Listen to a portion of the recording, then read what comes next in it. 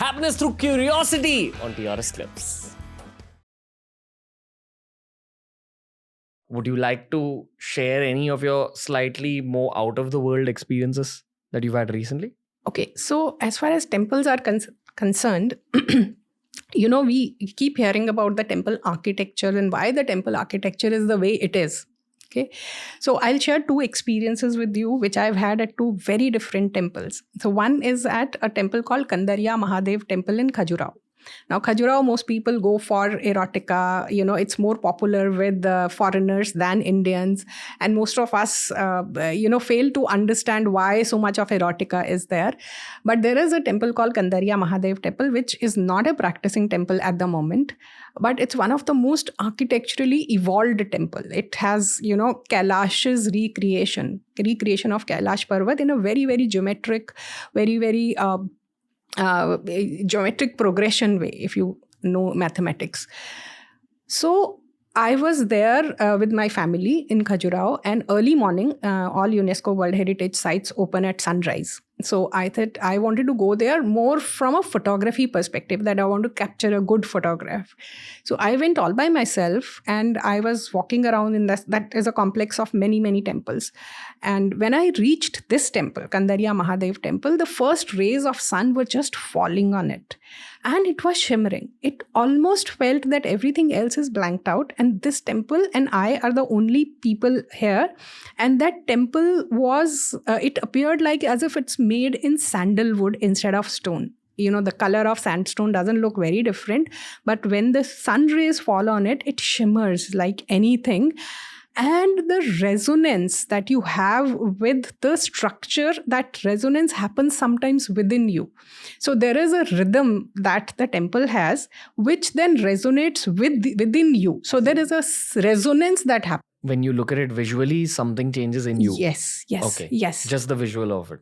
Just the visual of it, but you can feel the waves of it. So the waves that then have how does resonance happen? If you studied physics, resonance happens when we all have the sine waves, So when your upper curve meets my upper curve, that it raises the level of both.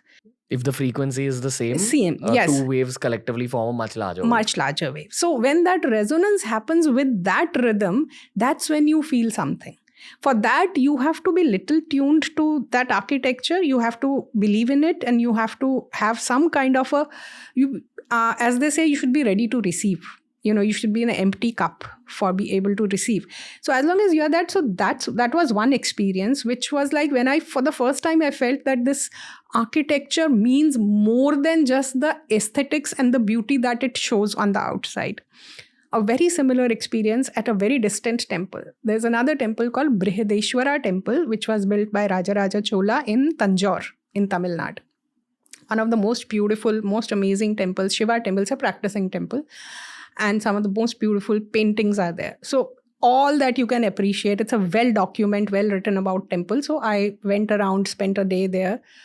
The moment I sat in the Nandi Mandap, so right outside the temple, there's a beautiful Nandi Mandap, huge Nandis. South Indian temples have these huge Nandis. So when I sat exactly where Nandis is, and when you look inside the temple from there, again the same resonance happens. And I had tears in my eyes, and I didn't know why I'm crying, but I was crying all through. And it stopped the moment I moved from there. So it was not the whole temple, but exactly that point from where Nandi can clearly see the Shivaling. So these are some of I have many, many experiences in many, many temples, but these are some of the experiences which strengthened my belief that temples are far more than just a place of worship or just a place which looks beautiful today. Unfortunately, today we are treating most of our temples as monuments which are to be visited, clicked, make reels and shots out of. But if we can attain that synchronization with the temple, then it can do a lot more for you. Do you attain the synchronization through your own practice? For me, it happened on its own. I really didn't do anything to make that happen, but I'm sure I was doing something right for that to happen, because it doesn't happen to everybody all the time. Okay. There are millions of visitors that go there. So the usual sadhana or the puja that you do, I'm sure that is even being open to these experiences, because I've seen most of the time people close themselves to these experiences that, oh, this is mumbo jumbo. So once you say it's mumbo jumbo, then it behaves like a mumbo jumbo. Okay. So the intention that you go with to a temple Yes. will actually affect your experience. Yes. This is what I've felt as well. Yes. That if you actually go with that slight amount of hope in your heart, or that feeling that something is going to happen there, then it ends up happening. Right. And you're able to gain more from it. Right. Also, the fact that you say that there is an energy which is much larger than me. So I usually talk, when I talk about this, I say that the biggest difference between a Western thought and Eastern thought is that Western thought says individualistic. I have complete control over whatever I can control. I control my life, or I can control my life, That's why we keep blaming somebody, if this person had behaved this way, if government have behaved this way, if this has happened, I can control it. While we say there is always a larger force which is controlling. So for example, we've been talking for 2.5 years and this hasn't happened. There was a larger force acting on it to make it happen at a particular point in time. Maybe I was not ready for it. Maybe you were not ready for it. Maybe time was not ready for this conversation. Maybe Rajarshi Nandi had not been on the show from back then. Anyway. Right. So there is a larger force for even the smallest of our deeds. Yes. Even if you're eating your breakfast late today, there is a larger force that's making it happen. So that's the basic difference. So when you go to these sacred spaces, so I would not say just temples, I would say any sacred site that you're visiting, when you visit them, unless you accept that this is a larger force, which is bigger than me and which can impact me, or in fact, you also end up impacting it, then you are kind of close to it. How do you end up impacting it? Okay. So let me ask you, what is a sacred site? Such a wide answer I have. So it's definitely a place that a lot of humans go to. They collect there and they leave a part of their own energy in that spot. You answered it. So it's so what is a sacred site? It's a site which has raw energy. Okay. And you go there to access that raw energy. Okay. And you also leave a part of your energy there. Now that raw energy, so let's take the example of electricity. If you and I are given a raw electricity, can we handle it? No, we can't handle.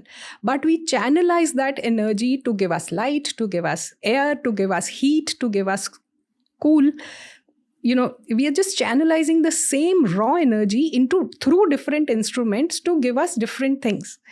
So sacred spots also have this raw energy, and all the rituals that we do, all the invocations that we do, all the pujas that we perform, those are the channelizing instruments to channelize it for a particular purpose. Most of us, an average person, do not have the capacity to handle that raw energy. That's why we need an intermediary. That's why we need rituals. That's why we need a lot of these systems that are in place to give us as much access to that energy and channelize that energy for the purpose we need it. Which probably makes you think about skeptics and why even like their mental and emotional channels might be blocked to those energies.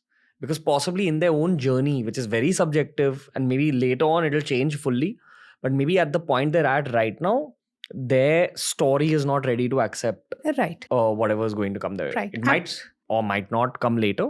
That's true. So even so all of us have our personal journeys, So some people come with a karma where they have evolved to a certain level and then they start from that point.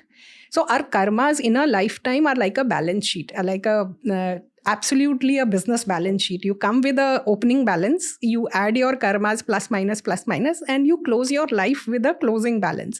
And that closing balance will define your next life. Right? So that closing balance, how much closing balance was I, or opening balance in life was I was born with or you were born with, is different. That explains child prodigies. That explains people like Shankaracharya who did so much at the age of 32, or Swami Vivekanand, people who did so much at such a... So they came with a great opening balance of karma. Some of us may be very low on that. So we have to build up that karma. So if you enjoyed this video, subscribe to TRS Clips for more.